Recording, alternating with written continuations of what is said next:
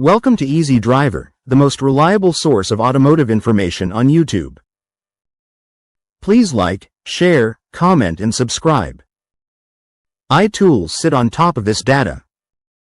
They pull in supplier reports, shipping data, and dealer information, then estimate the lifecycle carbon dioxide of each model, or even each trim. The result looks a bit like a health record for the car's environmental impact. It can update when a supplier changes to renewable power or when the grid mix in a key market becomes cleaner. Tracking EVs, hybrids, and gas cars differently. Not all powertrains are tracked the same way. For battery electric vehicles, the big issues are mining and making the battery, the power source used to charge the car, and how the battery gets reused and recycled. A compact Japanese EV that charges mainly on renewable power can come out very clean over its life, even if the battery is energy intensive to build. For popular Japanese hybrids, like many Toyota or Honda models, tracking focuses on fuel use, battery size, and extra parts compared with a simple gas car. Hybrids use less fuel, so their driving phase footprint is lower, but they still have an engine and exhaust. For regular gas cars, tailpipe emissions stay central. Lifecycle tracking adds more weight to the type of fuel, shipping routes, and how long the car is likely to stay on the road. In 2026, many Japanese companies share separate lifecycle numbers for EVs, hybrids, and gas versions of the same model, not just one average figure. Supply chain transparency for parts and batteries. A lot of emissions happen outside final assembly plants.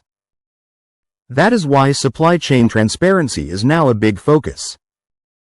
Japanese makers are asking steel mills, battery suppliers, and electronics makers for detailed carbon and material data. Shared databases and common formats make it easier to compare sources. For example, steel from a plant that uses more scrap and electric furnaces can carry a smaller footprint than steel from a coal-heavy route. Battery suppliers report on mining regions, refining routes, and factory power sources. This helps Japanese brands choose partners that lower lifecycle carbon dioxide and also respond to human rights concerns. Tracking does not stop at Japan's borders. It covers overseas plants, parts shipped across Asia or North America, and even regional variations in electricity grids. What lifecycle tracking means for car buyers and the future of Japanese cars. All of this might sound like background work, but it matters when you pick your next car. Lifecycle tracking can change how you compare options and how much you trust green badges on the trunk. How to read and use lifecycle impact information when shopping. By 2026, shoppers are more likely to see lifecycle data in a few places. Online spec sheets that show lifecycle carbon dioxide per kilometer or per mile. QR codes at dealerships that link to short impact reports. Labels that compare models of similar size on an A to G or color scale. A few simple tips help.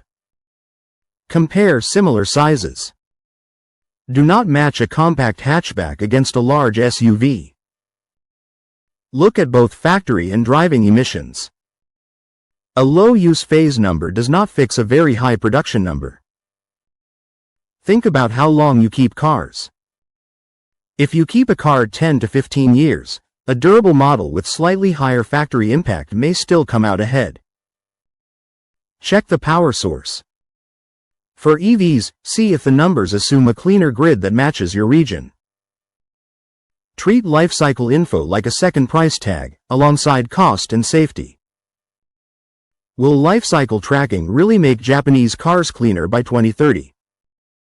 Lifecycle tracking does not cut emissions by itself, but it shows where to act. With clear data, Japanese brands can see if it helps more to switch steel suppliers, add more recycled plastic, change shipping routes, or speed up factory solar projects. Many are testing solid-state batteries, more efficient hybrids, and lighter materials. These steps only count if they deliver real gains over the full life of the car, so strong data in 2026 sets a solid base for 2030 climate goals. If the numbers are public, drivers and fleets can reward brands that move faster. That feedback loop may be slow at first, but it pushes Japanese makers to keep improving beyond simple fuel economy. Lifecycle tracking looks at the whole life of a car, not just the gas tank or battery, and in 2026 it is becoming standard practice for major Japanese makers. Better data, shared in clearer ways, turns green claims into measurable footprints that anyone can check. When you shop for your next car, look for lifecycle impact information, ask questions at the dealership, and favor brands that publish transparent data and keep cutting their numbers year by year. Every choice sends a signal, and together those choices can steer the future of Japanese cars toward cleaner, smarter designs. Please comment, like, share, and subscribe for more automotive information like this. Thank you for watching.